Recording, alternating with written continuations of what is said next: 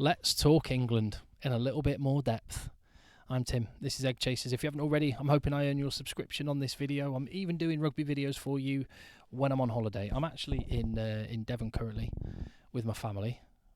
My sister's family live down here, and this is a part of the world where Henry Slade, he'll live just up the coast, just up there. No Exeter players in the England squad, of course. And I wonder what Henry Slade made of that performance earlier. I know what a lot of England fans made of that performance against Wales earlier. So this is a video just about England. I'm not talking about the intricate details of the game. I'm just kind of focusing on what we learn and what we take away as England fans, and looking at England as a team 4 weeks from their game against Argentina in Marseille. I will be there for that, by the way. So I'm going to be at the England's first two games, Argentina and Japan, and hopefully if they make it out a quarter-final as well as many other games besides at the Rugby World Cup. So if you haven't already, like I say, hit subscribe and follow me for all of that sort of stuff and get stuck into the comments. So let's deal with the big elephant in the room, Owen Farrell. That's the headline, that's the big takeaway, that's what people are going to be talking about.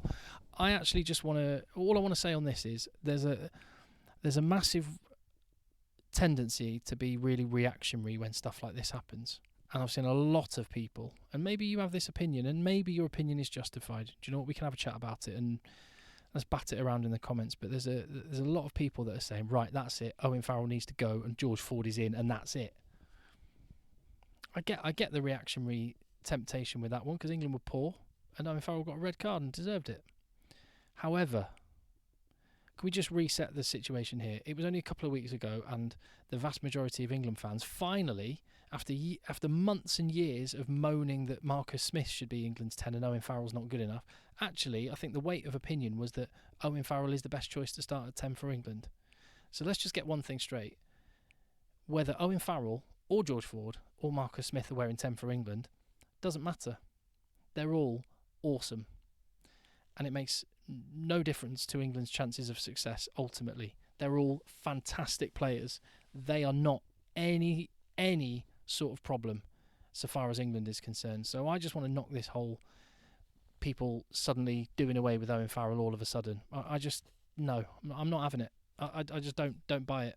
He got a red card and he's going to pay the price with missing at least the first game against Argentina, you would imagine, which is a real shame. He could potentially get a 3-week ban. I don't know, because he's had previous, possibly not. Anyway, that's the bottom line. Owen Farrell is amazing.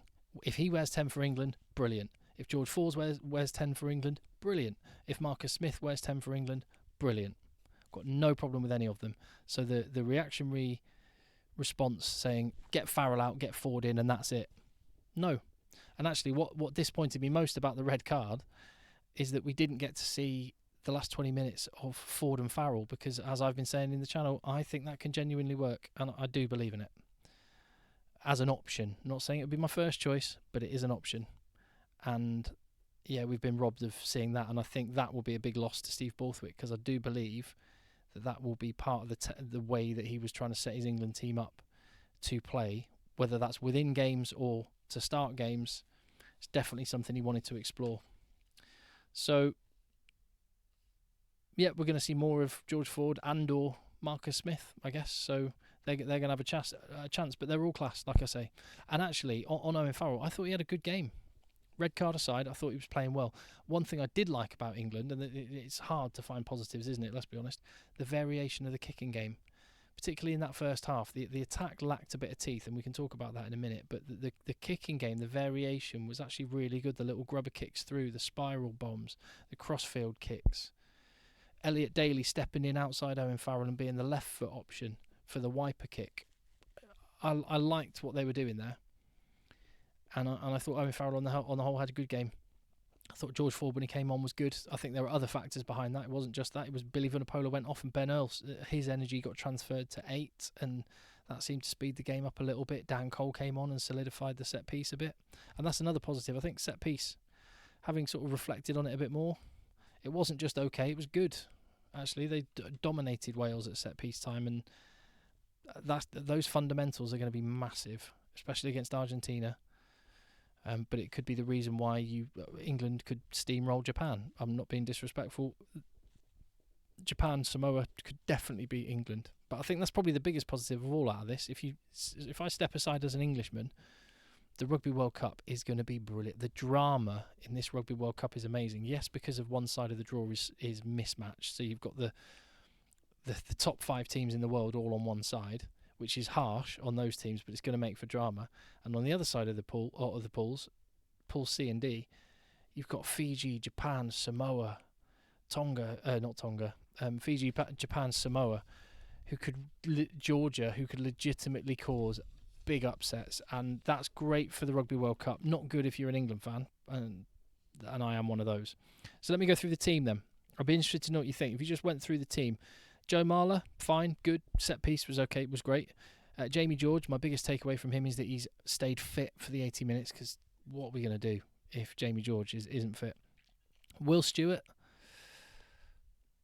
okay, but I think you saw the reason Dan Cole is still in the squad and going to his 4th World Cup when he came on, because things just got kind of more solid, oddly, when he came on. So I thought Will Stewart was the boy. Maybe Carl Sinclair is the boy. The prop shirts are up for grabs, 100%. Maro Itoje, name a more iconic duo than Maro Itoje and celebrating wildly when an opposition player knocks the ball on. It is that is ridiculous, but he was a bit of a nuisance. Thought he did well at times. George Martin, I mean, I'd need to watch the game again. Didn't really spot anything particularly good or particularly bad there, so I'll just kind of middling, I guess. But again, I'd have to watch again to pay more attention. Courtney Laws, love the guy. One of the few England players who really stood up, and likely to be England's captain, isn't he, against Argentina? And I'm good with that. Great guy. Love big courts. Ben Earl, yes. Well done, Ben. If only people knew Ben Earl was good before today. Oh, who was that? Oh, yeah, everybody. Mind boggles, doesn't it? Billy Vunipola didn't deliver what he needed to in terms of ball carrying for me, but industrious, hard work, ran a lot. But JVP, I thought he looked okay until he went off. His injury does not look like a good one. Thing is, I'm tempted to sort of go, well, that's bad for JVP and I hope he's well. But it could be a little door open for one of the players I really like Alex Mitchell.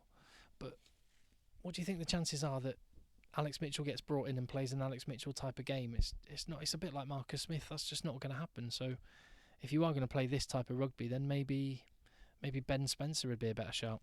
Don't know. Be interested what you think on that. Owen Farrell, good until the red. I was really, as I've said, I was excited to see Ford Farrell. So there we go. Elliot Daly, yes, awesome, loved him, brilliant. I'd be interested to see Elliot Daly get some time at fullback. I'm curious to know who England's number 2 fullback is. If something happened to Freddie Stewart, what's Steve Borthwick thinking? I just like the way Farrell and Daly work together. They work really well at Saracens together, 10-15. Right foot, left foot, 10-15. I think it could work in a Richie Mwanga, Bowden Barrett type of way. Ollie Lawrence dropped some balls, ran hard. I prefer him at 13, but okay. Didn't think it was his greatest game. The game in the Six Nations against Wales was a great game for him. This wasn't. Joe Marchant I thought was decent. Henry Arundel.